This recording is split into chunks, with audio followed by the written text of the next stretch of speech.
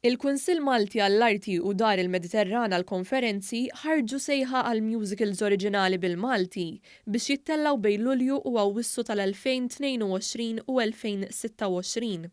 Is-sejħa tħejji spazju stabbli għal produtturi biex jiżviluppaw produzzjoni mużikali u jrawmu il-potenzjal kreattiv tagħhom.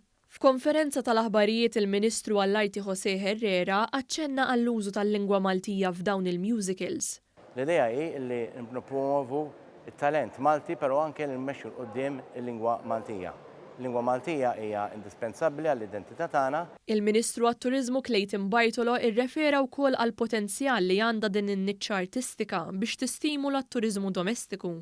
Dan kollu ser jgħin biex it-turizmu verament jirkupra u fil-waqt li miegħu nżewġu l-kultura nkunu nistgħu naraw kif verament nollu anke il-livell tajxin tal-poplu Malti Wawċi kollu kemm hu. Il-President Eżekuttiv tal-Kunsill Malti għall-Arti Albert Marshall stqar li hu konvint mill-benefiċċji ta' din is-sejħa li se jkollha impatt pożittiv fuq firxa wiesa ta' operaturi fl-industri kreattivi u kulturali.